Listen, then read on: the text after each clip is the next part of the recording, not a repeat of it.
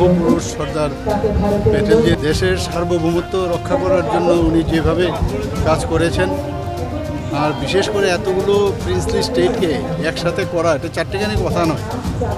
এবং মানে আমরা দেখেছি 1947 থেকে 1949 পর্যন্ত উনি যেভাবে কাজ করেছেন দেশের অখণ্ডতার জন্য, একতার জন্য, তাকে স্মরণ করার জন্যই এই ধরনের কার্যক্রম রাখা হয়েছে।